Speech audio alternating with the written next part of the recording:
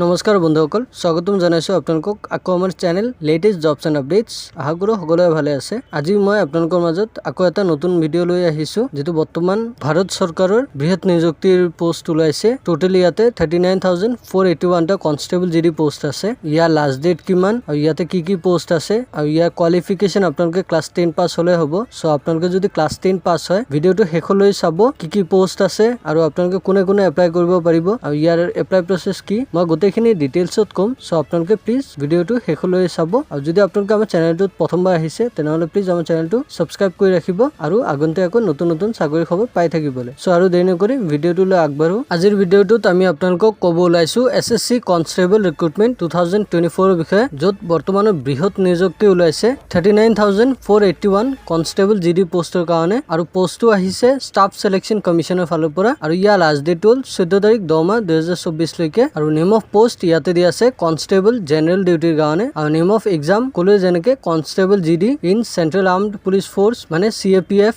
আৰু SSF, তাৰপিছত riflemen GD আৰু Assam rifles and sepoy in narcotics control bureau' examination 2025ৰ আৰু নম্বৰ পোষ্ট ক'লে যেনেকে 39,481টা পোষ্ট আছে। ইয়াতে মেলৰ কাৰণে 35,612টা পোষ্ট আছে আৰু ফিমেলৰ কাৰণে 3,869টা পোষ্ট আছে আৰু অৰ্গেনাইজেশ্যন ৱাইজ ভেকেঞ্চি ডিটেইলছ ইয়াতে দিয়া আছে। অৰ্গেনাইজেশ্যন আৰু নম্বৰ অফ পোষ্ট BSFৰ কাৰণে 15,654টা পোষ্ট আছে, CISFৰ কাৰণে 7,145টা পোষ্ট আছে আৰু CRPFৰ কাৰণে 11,541টা পোষ্ট আছে আৰু SSBৰ কাৰণে 819টা পোষ্ট আছে আৰু ITBPৰ কাৰণে 3,017টা পোষ্ট আছে আৰু আছাম ৰাইফেলছৰ কাৰণে 1,248টা পোষ্ট আছে আৰু SSFৰ কাৰণে 35টা পোষ্ট আছে আৰু NCBৰ কাৰণে 22টা পোষ্ট আছে আৰু ইয়াতে টোটেল ক'লে যেনেকে 39,481টা পোষ্ট আছে আৰু পে স্কেল ইয়াতে দিয়া আছে। আপোনালোকে পে লেভেল 3 পাব 21,700ৰ পৰা 69,100 লৈকে আৰু নেশ্যনেলিটি ইয়াতে দিয়া আছে। আপোনালোকে চিটিজেন অফ ইণ্ডিয়াৰ হ'ব লাগিব। CAPF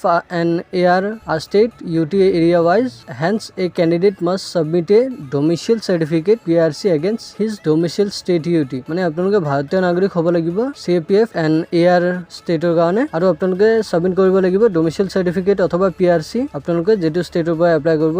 ধৰি লওক অসমৰ পৰা এপ্লাই কৰিব, সো আপোনালোকে অসমৰ কাৰণে PRC খন দিব লাগিব আৰু এজ লিমিট ইয়াতে দিয়া আছে। আপোনালোকৰ এজ 18 ৰ পৰা 23 ইয়াৰ্ছৰ ভিতৰত হ'ব লাগিব এজন 1 জানুৱাৰী 2025 আৰু আপোনালোকৰ ডেট অফ বাৰ্থ 2/1/2002 ৰ পৰা 1/1/2007 ৰ ভিতৰত হ'ব লাগিব নৰ্মেল কোৰ্সত অথবা এজ ৰিলেক্সেশ্যন পাব। ইয়াতে এজ ৰিলেক্সেশ্যন দিয়া আছে। আপোনালোকৰ permissible relaxation in upper age limit ইয়াতে দিয়া আছে।